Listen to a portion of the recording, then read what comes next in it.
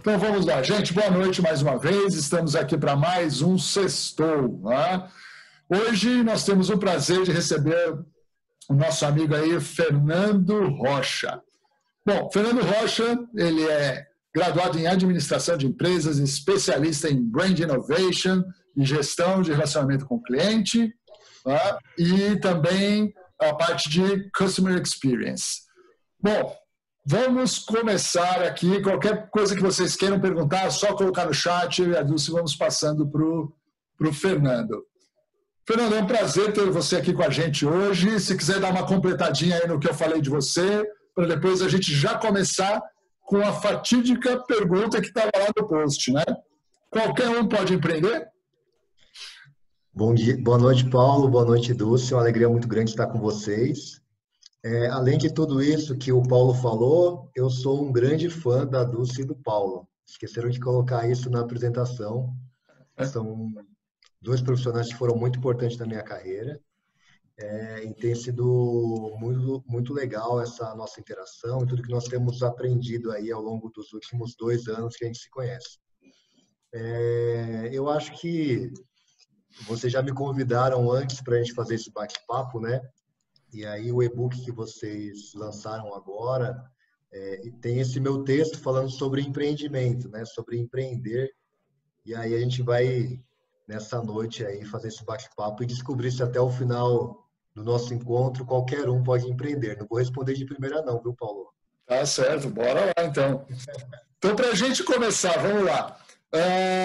Por onde um empreendedor deve começar? Olha só, Paulo, tem uma pergunta que foi determinante para mim começar a me tornar um empreendedor, e essa pergunta, inclusive, foi feita por você. No nosso curso lá de branding pessoal, né, personal branding, uma das perguntas que você fez para nós, né, que fizemos o curso, foi o que eu sei fazer que eu não estou fazendo, ou não estou praticando, ou não estou colocando isso no meu dia a dia. Essa pergunta foi determinante para eu poder entender que eu poderia ser um empreendedor através das mídias digitais, através de compartilhar conhecimento, através de uma rede de networking trabalhada ativamente, né? Então, eu diria que a primeira frase que a gente pode pensar de resposta para isso é se você conhece um problema e se esse problema que você conhece, ele não tem uma solução ainda, ou as soluções que existem para esse problema ainda não são satisfatórias para o mercado. E você trabalhar esse problema é o primeiro passo para a gente poder pensar em empreender em algo. E o segundo passo é o quanto você está disposto a desgastar energia para solucionar esse problema. Eu acho que é um caminho a ser iniciado aí para quem quer ser um empreendedor.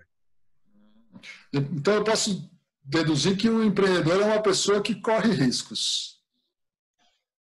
No cerne desta palavra empreendedor, quando ela foi foi lançada na França, né, entrepreneurship, ela vem dessa natureza de correr risco, né? Então, se você for fazer a etimologia da palavra, o empreendedor é alguém que está correndo riscos desde quando nasceu, né? Realmente você baixar a guarda aí em algumas situações e ter certeza que a gente vai ter que correr riscos. Isso daí não tem outra escapatória. Bom, é legal.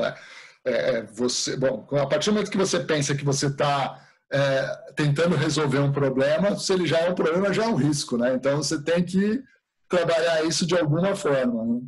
É algo bem importante, Paulo, que a gente vê aí em grandes empreendedores, né? E assim, para quem quiser se aprofundar nesse tema, um livro que eu li que ajuda muito nesse conhecimento pessoal e que pode estruturar a pessoa a ser um empreendedor é o livro Originais, do Adam Grant. Ele traz para nós o fato de que assim, os grandes empreendedores foram pessoas que correram muitos riscos, que erraram muitas vezes, e dentro dessa tentativa de acertar, eles conseguiram fazer algumas coisas que realmente mudaram a história, né? Ele dá como exemplo para nós, assim, exemplos recentes. o Larry Page e os outros fundadores do Google, eles foram abrir mão dos seus trabalhos, do seu estudo, depois que eles viram que já estava em andamento os seus empreendimentos e que eles não correriam mais risco de não ter nada. Então, mesmo grandes empreendedores, eles correm riscos, e muitas vezes riscos calculados ou riscos, como eu posso dizer assim, estruturados, vamos pensar dessa forma, mas de qualquer forma existe essa necessidade de dar a cara a tapa e poder fazer algo realmente inovador. Legal. E além, sei lá, vamos pensar, esse cara, ou né, essa pessoa, esse empreendedor ou empreendedora, ele é uma pessoa que corre riscos, ok, mas ela tem que ter, logicamente, a vontade de inovar em cima de um problema, ou de resolver um problema, e ele tem que ter uma visão do negócio também, né? Para conseguir falar, bom, aqui eu tenho uma dificuldade, eu tenho um problema, mas tem uma oportunidade.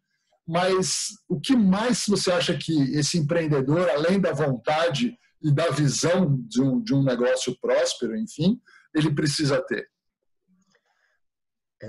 Eu gosto de usar um termo que eu ouvi recentemente, Paulo, em um podcast do Mark Tawil, onde ele entrevista, deixa eu lembrar o nome do rapaz aqui.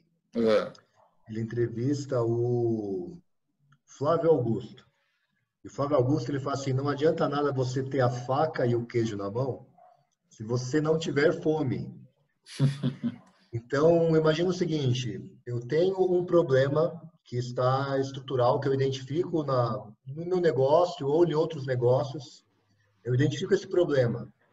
Eu tenho as habilidades técnicas, eu tenho as habilidades comportamentais, eu tenho estruturado um planejamento para que isso possa deixar de simplesmente ser uma ideia na minha cabeça, nos meus papéis, e se tornar algo que seja ação. Se eu não juntar essas duas coisas com a fome, com o desejo de fazer isso acontecer, nós vamos ficar patinando e ficar só simplesmente imaginando resolver esse problema, né? Então, eu acho que você tem que estar estruturado a questão de você ter um problema real, de você ter condições e habilidades reais para que isso te aconteça, e o desejo para que isso se concretize. Se não tiver o desejo, se não tiver a fome, como diz o Flávio Augusto, vai estar lá ainda um problema, uma ideia e uma pessoa que não faz nada. Fernando, deixa eu fazer uma pergunta para você agora. Fernando, na nossa cultura, como que é empreendedorismo?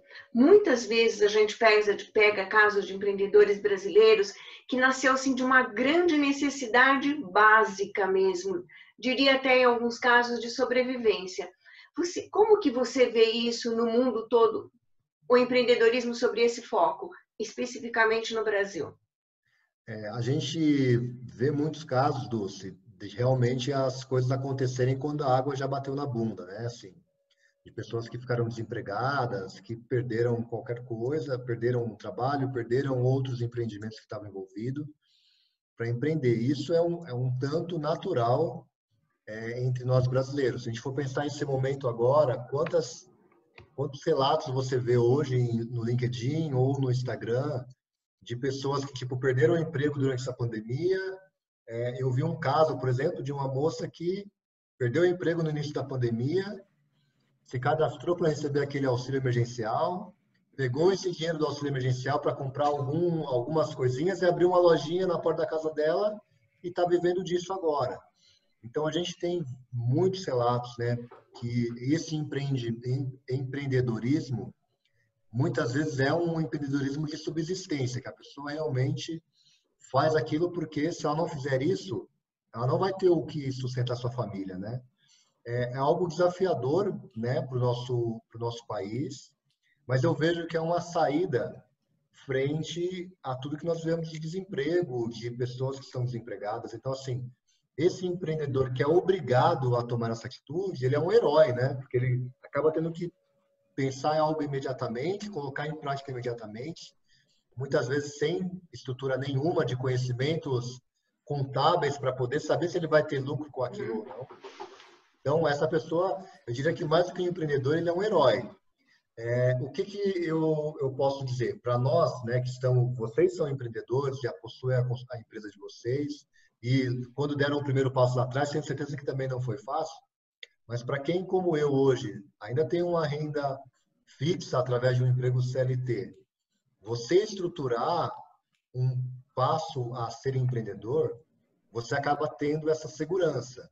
Então, nós temos essas duas realidades. A pessoa que realmente está extremamente necessitada e temos muitos outros casos de pessoas que podem fazer isso com um pouco mais de estrutura.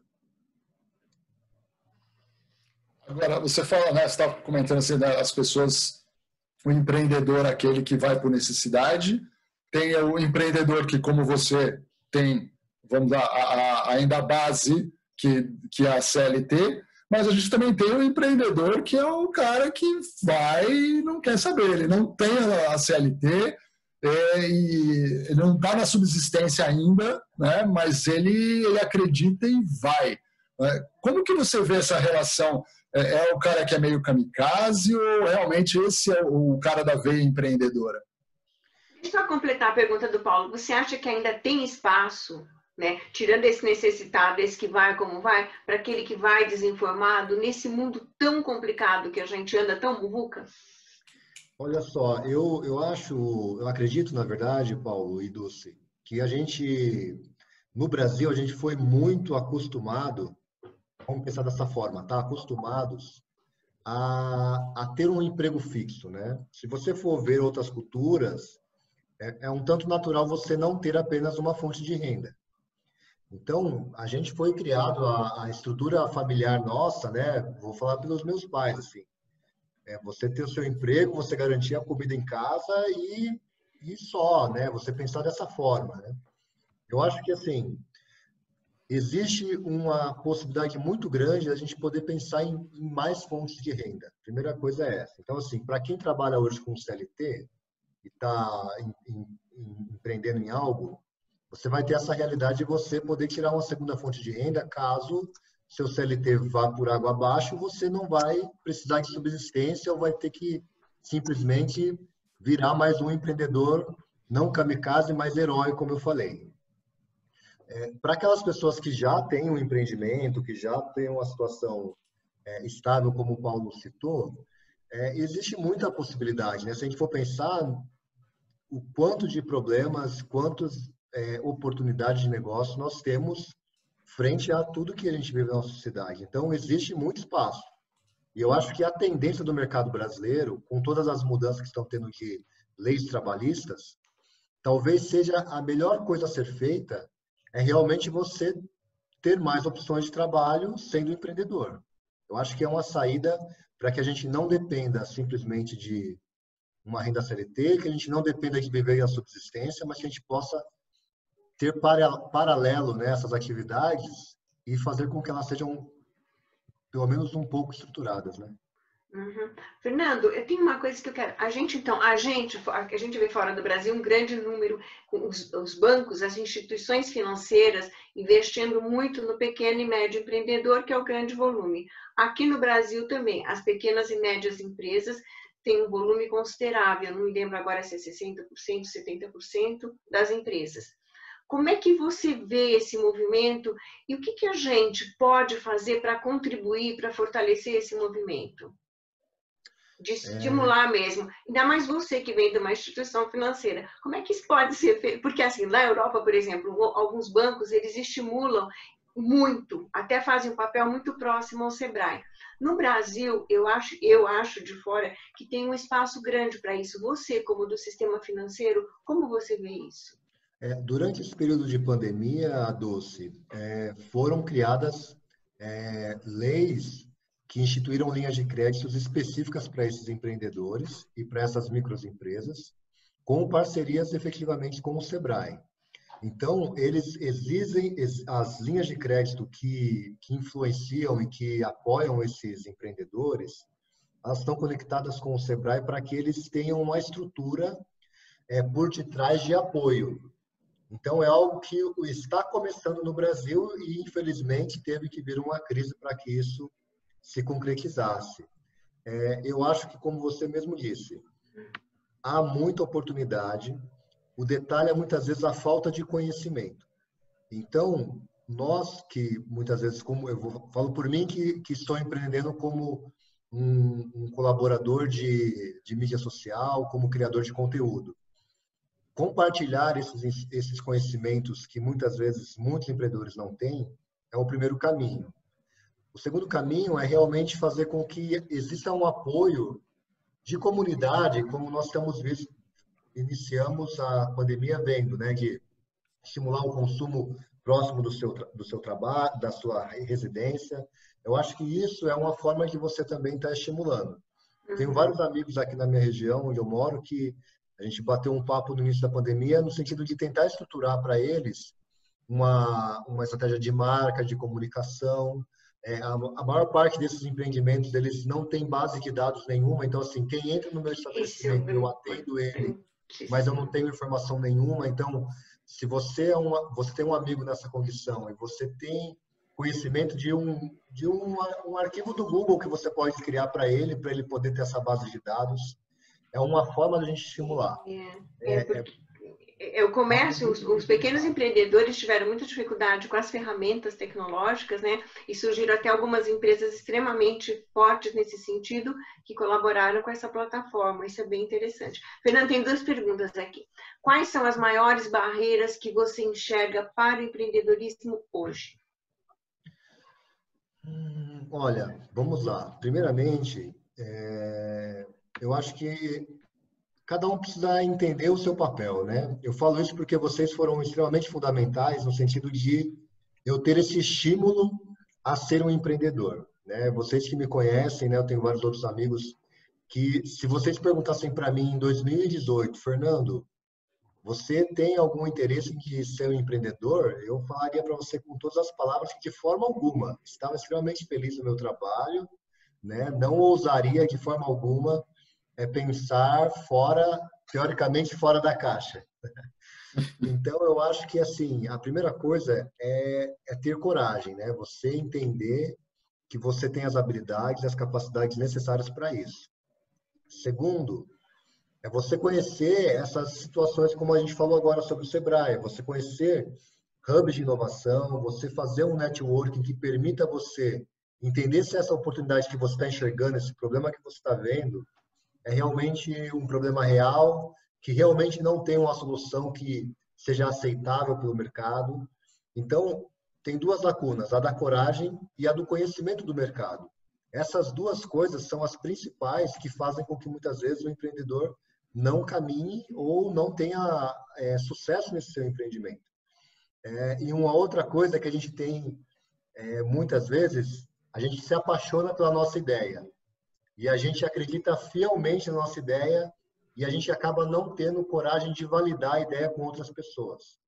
Então, nesse sentido, vale você compartilhar o seu planejamento, as suas ideias com pessoas da sua confiança, com pessoas que possam ser críticas à sua ideia para que você possa realmente estruturar um planejamento efetivo e sair do papel, assim, dar o primeiro passo. Não pode ficar simplesmente sonhando, tem que dar o primeiro passo, tem que aquela história, coloca o pé na frente e torce para ter um degrau.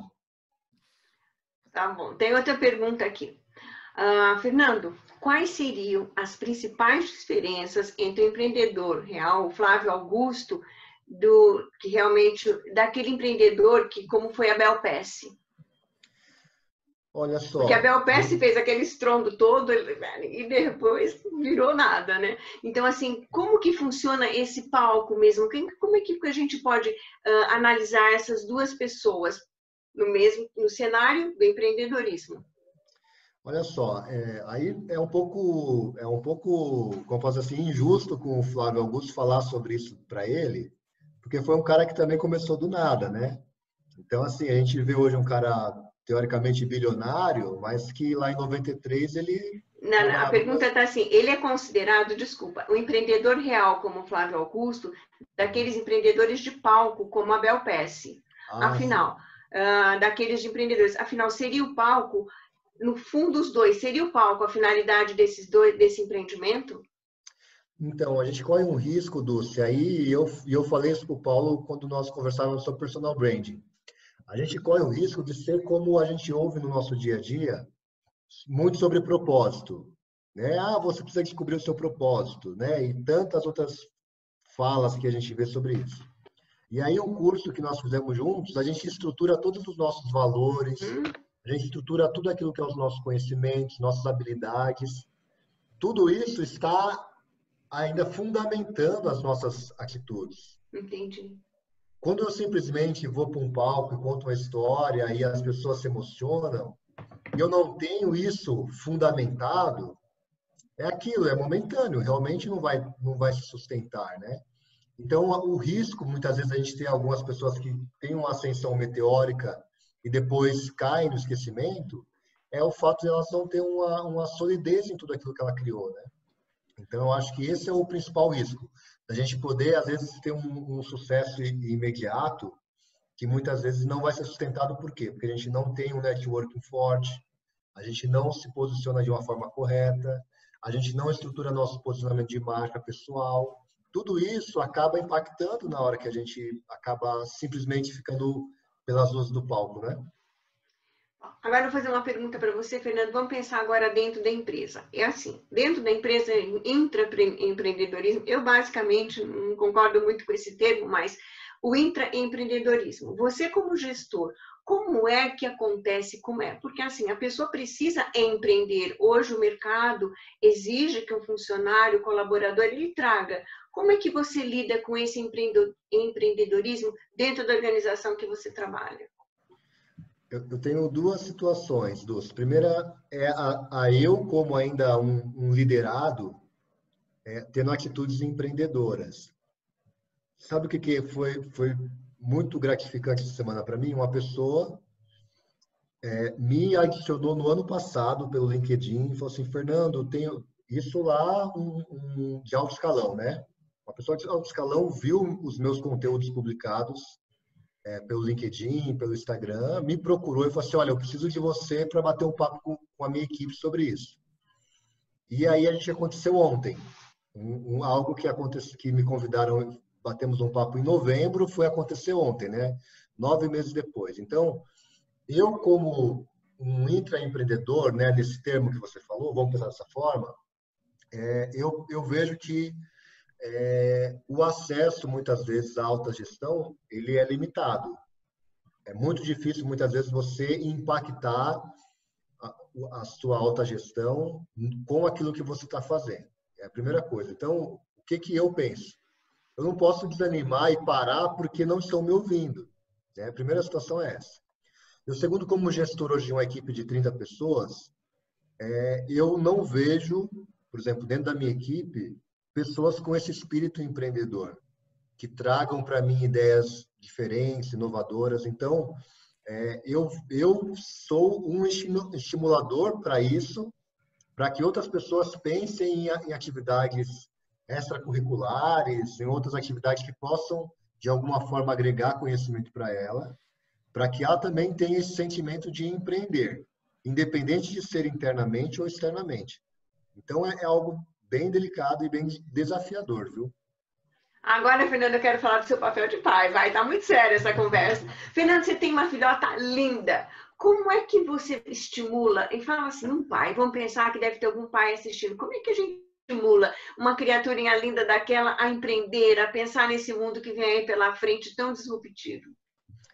Olha só, Dulce, para quem não conhece ainda e quiser seguir o nosso canal, se chama CX na Real. Nós estamos no podcast do Spotify, Deezer, em todas as plataformas. Também estamos no YouTube. Quando eu e a Ellen criamos esse canal, Dulce, uma das coisas que nós pensamos... Ellen é sua esposa? Não, ela é a minha companheira de podcast. Ah, tá, eu pensei porque eu falei do pai, mas parecia ser uma mãe, aí eu falei, acho que é a mãe da criança. Não, a mãe é a Rose, minha esposa é a Rose. Tá. Mas eu e a Ellen, algo que nos conectou foi o fato da paternidade e a maternidade, os desafios que nós temos como pais e mães em criar pessoas, né? Tipo, criar seres humanos melhores para esse mundo. E dentro disso, nós temos mensalmente um evento de liderança feminina. E aí, o que é o meu papel como pai? né, e penso para as minhas filhas, é eu fazer com que, para elas, eu não seja uma pessoa que faça distinção de pessoas de qualidade, e fazer isso com a educação, né? Fazer isso com a educação delas. Aqui vocês estão vendo os livros aqui no fundo, tem uma prateleira que é só de livros infantis. Tem um livro chamado Virtudes, que eu leio para ela toda noite, e a gente pegou um capítulo que falava, por exemplo, sobre a Rosa Parks e o evento dela lá nos Estados Unidos de luta contra o racismo. Então, você educar suas crianças desde pequena para que ela não tenha essas barreiras de etnia, de cor, de homem, mulher, né? Tipo, essas coisas, a gente fazer isso com os nossos filhos, a gente já está ensinando eles a serem melhores profissionais quando entrarem no mercado de trabalho. Se eles vão ser empreendedores, vão ser outros profissionais liberais, assim por diante, isso vai ser uma consequência, mas eu acho que a gente fundamentar muito bem a educação deles vai fazer com que eles sejam melhores pessoas no mundo. Fernando, falando em filho, escola, essa coisa toda, você acha que o nosso modelo, assim, por melhor que você escolha, um pai escolha uma escola, sempre é uma super preocupação, né? Você acha que nosso modelo de escola, Fernando, estimula as crianças a empreenderem no sentido mesmo de construírem coisas, de serem apoiadas quando criam, quando tentam fazer alguma coisa diferente? Ou que o nosso modelo ainda está bem, não diria atrasado, mas fechado? Bom, agora nem tem modelo porque não tem aula, né, Fernando? Mas tudo bem. Eu acredito, Dulce, que o modelo de educação que ainda existe, ele é extremamente limitante para as crianças. Aqui em casa, a minha esposa, a nossa filha Heloísa mais velha, tem 4 anos, né? E tem uma pequenininha de quanto, Fernando? Contei para nós vamos conhecer a família inteira. 4 anos e meio a Heloísa e a Anne tem 1 ano e meio. Ai, a Anne tem 1 ano e meio, só pensei que ela tivesse mais. Nós temos, então essa de 4 anos e meio seria o primeiro ano escolar dela e nós optamos por fazer educação em casa. Nós não estamos levando ela para a escola já. E aí minha esposa, ela está estudando muito sobre a metodologia de ensino Montessori, que realmente estimula de uma forma maior a criança a ter uma autonomia, a ter um pouco mais de liberdade nas suas decisões de movimentos, essas coisas. Então, assim, eu percebo que a minha filha, é claro que são 6 meses, também influenciam, né, na evolução de uma criança. Mas olha só, o tanto que a Heloísa aprendeu nessa metodologia que prevê você deixar a criança mais estimulada, está sendo extremamente diferente de outras crianças da mesma idade dela que estavam no modelo de ensino normal. Isso é legal. Então, a metodologia que nós temos de sentar numa cadeira e ouvir um professor, isso daí está ultrapassado desde para um adulto, desde como para uma criança. Então, nós temos aí, para quem está na área da educação, um desafio muito grande que é mudar isso, né? Eu acho que, eu falo por mim, assim, eu nunca me senti uma pessoa criativa baseado em tudo que eu via na escola, assim. Pra você ter ideia, eu lembro de uma professora minha de geografia, para você ter ideia. Ela falou assim, vocês precisam criar a sua assinatura. Eu estava na 5ª série, pra você ter ideia. Aí eu fui inventar a minha assinatura, eu fiz um F diferente, que parecia um F minúsculo. Ela olhou para o meu caderno e falou assim, menino, não pode ser esse F é minúsculo. O nome tem que começar com letra maiúscula. Acabou a graça. Acabou a graça. Daí, acabou a graça, Fernando. Quando eu comecei a trabalhar, que eu tive que criar a minha assinatura para reconhecer firma a primeira vez, eu perguntei para o meu chefe, falei assim, chefe, tem alguma opção aqui do que eu posso fazer? Ele falou assim, cara, você vai reconhecer a firma da sua assinatura, você faz o que você quiser. Daí eu fui e fiz o F igual eu fiz com aquela professora de geografia. Falei assim, agora eu vou mostrar que eu posso usar esse F. Aí quando ele menos esperou, ela gritou lá do lado. A sua própria assinatura.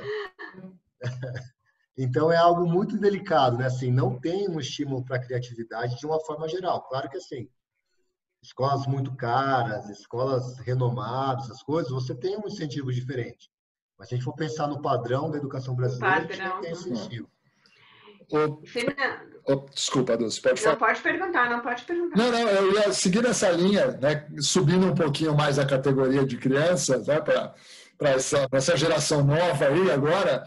Você acha que essa geração que está vindo com toda essa bagagem da tecnologia e com essa facilidade, você acha que eles estão sendo empreendedores ou simplesmente é uma questão da facilidade da vivência que está vindo com a tecnologia? Eu diria que, assim, hoje, Paulo, a gente tem algo diferente na maior parte dos jovens, que é procurar empresas que sejam conectadas com aquilo que eles acreditam. Então, muitas vezes, a gente vê uma rotatividade muito grande, porque assim, eu estou num projeto aqui, daqui a pouco eu estou em outro e assim por diante. Então, acho que a tecnologia ela acabou quebrando barreiras, no sentido da pessoa ficar presa a uma empresa para sempre. Eu acho que a primeira coisa é essa. Não diria que estão nascendo mais empreendedores, mas eu diria que estão nascendo pessoas, né, profissionais, que estejam desprendidos desse medo que, por exemplo, eu tive que me desprender há 2 anos atrás do medo de, por exemplo, correr um risco de ter desemprego, de não saber o que fazer, né? Então, acho que as pessoas, nesse modelo jovem atual, elas estão com menos medo. E aí elas acabam usando mais, e não diria... E aí, nesse sentido, pode acontecer de ser mais criativos em alguma coisa, mas não diria que isso é predominante, né? O Fernando, agora tem uma pergunta assim, olhando todo esse cenário, a gente falou das crianças, falou dos jovens, como é que você vê, assim, a gente está num processo ainda indefinido com essa pandemia, a vacina não se sabe quando chega, como que você vê a questão do empreendedorismo nesse cenário da pandemia? Que expectativas, agora é bem tua opinião, quero saber mesmo, que expectativas que você tem, Fernando, em relação a todo esse processo? E mais uma pergunta aqui. Eu acho que a gente, cada dia que passa, aumenta um pouquinho o desemprego em várias áreas, né? Assim, e isso é preocupante no sentido para toda a economia e para tantas famílias. Eu diria que se alguém dos colegas que estão aqui hoje ainda tem seu trabalho CLT como eu. Opa! Ficou... Fernando, okay. Hello? Ok. Voltou. Eu acho que assim, a pessoa que hoje, como eu, ainda tem uma fonte de renda, ela precisa ter estratégias para que ela não dependa só dessa fonte de renda. Então, a primeira coisa é essa. Se alguns dos nossos amigos estão aqui participando hoje, você está aí confortável com o seu salário, não fique confortável. Não fique desconfortável. Sai da zona do conforto. Sinta-se incomodado a você realmente tirar a bunda da cadeira e estruturar algum planejamento. Como o Paulo fez essa pergunta para mim há um dia, eu estou aqui com o workbook de você.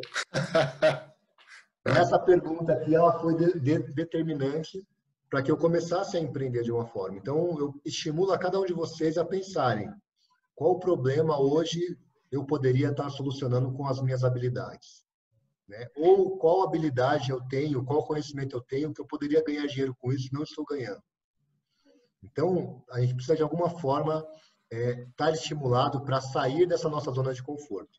E rapidinho, né, Fernando? Rápido. O quanto antes. Tem uma pergunta para você, Fernando. Por que as empresas insistem em contratar profissionais com as características de empreendedor? Aí é algo delicado, viu? Assim, a gente vê muitas vezes muito mais serem contratados por habilidades técnicas, né? O padrão, né, tá, pessoal? O normal hoje, pelo que eu acompanho de vários amigos e vários grupos, você receber um checklist lá de diversas atribuições que você tem que ter formais e depois você vai para as habilidades comportamentais muito por cima, sendo bem sincero. A experiência que eu tenho vendo recrutadores e vendo outros amigos. Claro que assim, você ter esse espírito empreendedor, você vai ter um destaque no sentido de você não ficar preso àquilo que é um status quo da organização, né? Muitas vezes a gente está lá, está aquela situação morosa na empresa e chega um sangue novo com esse desejo de realmente mudar a organização. Então, acho que isso é determinante para quem está ainda procurando um emprego CLT. Aproveite se você tiver essa oportunidade. mas não é o padrão que eu vejo acompanhando vários grupos aí de pessoas, de recrutadores. O padrão é procurarem pessoas pelas habilidades técnicas. Eu acho que o principal desafio é as empresas mudarem para que contratem realmente profissionais que sejam empreendedores. Eu vejo muito mais preocupados em cumprir um currículo e habilidades técnicas do que habilidades comportamentais, né? Ô, Fernando, me diz uma coisa, qual é o sentimento que traz para você esse sentido de empreender? Como é que você se percebe? Olha, como eu falei para vocês, há 2 anos atrás eu não imaginava nada de que nós estamos fazendo aqui hoje. Eu não tinha esse planejamento de forma alguma. Hoje eu não consigo viver sem. Eu diria para vocês que hoje, né, com o CX na Real, a MCX Consultoria, que eu sou um participante lá junto com a Ellen, eu me vejo assim hoje uma pessoa muito mais empreendedora do que uma pessoa do CLT. Na verdade, eu me estruturo para que eu não dependa do CLT em breve. Porque realmente, assim, eu vejo que a gente encontra, nesse sentido de você fazer algo estruturado, conhecendo seus valores, conhecendo suas habilidades, conhecendo suas capacidades e atuando em algo que você gosta efetivamente, aí sim você pode falar em ter encontrado um propósito. Eu penso sempre assim, né? Eu vejo que eu tenho encontrado meu propósito de vida em ser um empreendedor nessa área de experiência do cliente, como o Paulo falou no início, né? Então, eu não consigo mais me ver fora dessa realidade.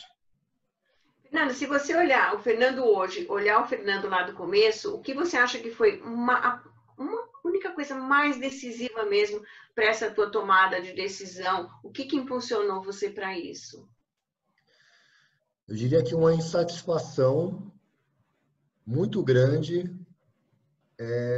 em aceitar a instituição que eu trabalho como ela é e achar que ela não pode ser melhor.